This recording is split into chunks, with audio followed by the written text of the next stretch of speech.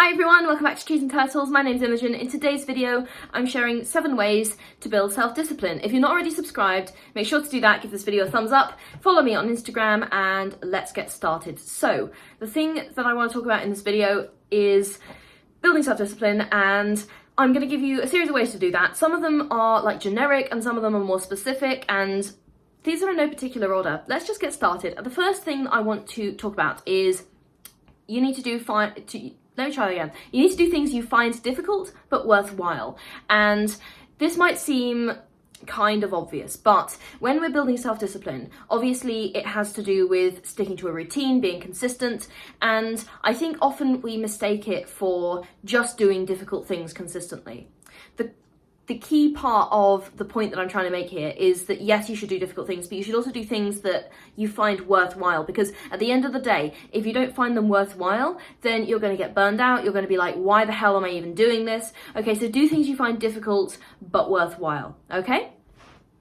Number 2, exercise. Exercise does build self-discipline. You know, I am not very good at being consistent with exercise, but I think, again, coming back to that point I made about things being worthwhile, I try and find like exercise activities that I can do that I find really fulfilling. So I cycle, I like to ice skate, and those things are activities that I genuinely enjoy. So it's kind of got benefits for my physical health, but also for my mental health. And it's much easier to stick to something when you genuinely enjoy it and you find it worthwhile. Okay, so exercise is really key for helping you build self-discipline. And, you know, obviously you feel like, oh, I don't want to do a workout, but then afterwards you feel like it was worth it, okay? So exercise is recommended very widely for a reason. I'm not saying I'm perfect, I could definitely get better at it, but yes, that is number 2. Okay, so number 3, try and build a daily habit. Now, what I mean by a daily habit is just something you do every day. It doesn't have to be super huge. It doesn't have to be like life-changing. It could just be something as simple as you make your bed every day, okay?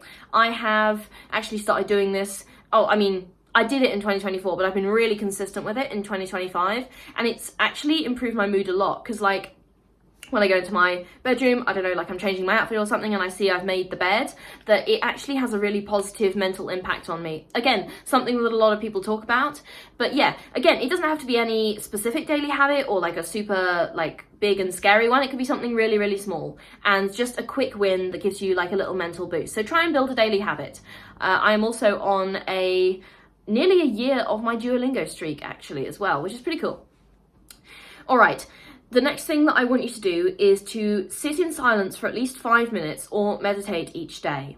Okay, so there are some like 5-minute meditations you can look up on Spotify, on YouTube, completely free, or you can just do it by yourself. Like you can just sit in silence and appreciate like the world around you for at least 5 minutes. And I find that this kind of like helps to calm me down. It helps to like quiet my mind as well. And it's really good to kind of build self-discipline in a manageable way, because often we think of meditating, we think, oh, I'm gonna have to like sit in the same position for an hour, and that sounds like a nightmare. Like I could literally imagine nothing worse. But when you make it sort of time limited in a sort of small way and manageable, then it's actually a lot easier to kind of build up your like self-discipline, willpower, brain muscle, whatever. You know what I mean.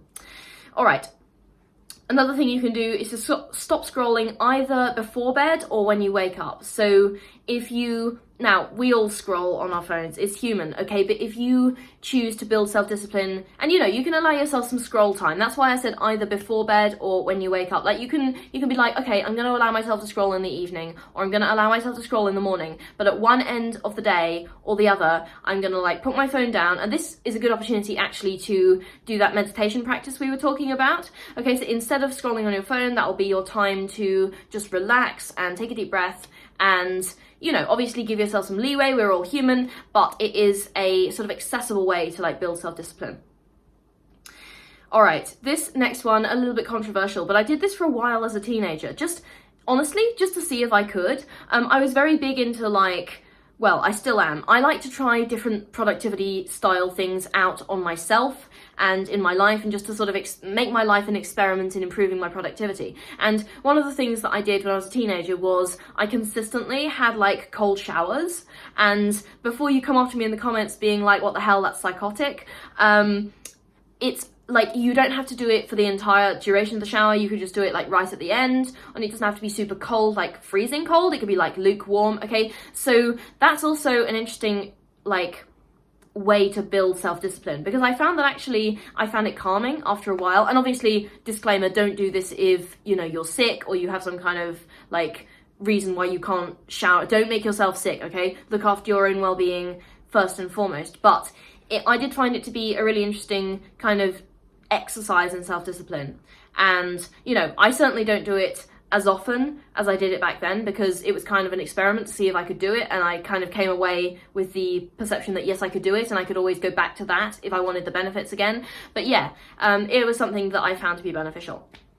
And finally, this is another thing that I've been really good at, if I say so myself, in 2025, and that is drinking 2 litres of water every day, or however much water is necessary for you to be healthy. And obviously this will vary by person, because, you know, I am relatively small and maybe less active than some people, and some people are a lot taller, or like they work out a lot more, so they might need a lot more water.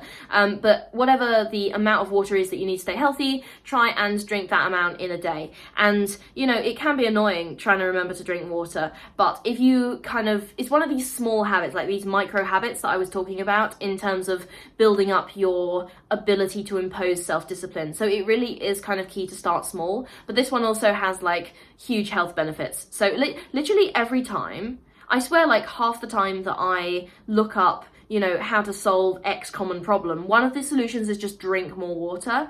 And obviously, yes, you can overdo it, but I feel like it has so many benefits that it's a really worthwhile thing to do for your overall health, well-being, and also can help you build self-discipline. That is the end of this video. I hope you enjoyed it. I hope some of these ideas were helpful. If you liked it, give it a thumbs up, subscribe, follow me on Instagram, and leave your thoughts in the comments. I'll see you next time. Okay, bye.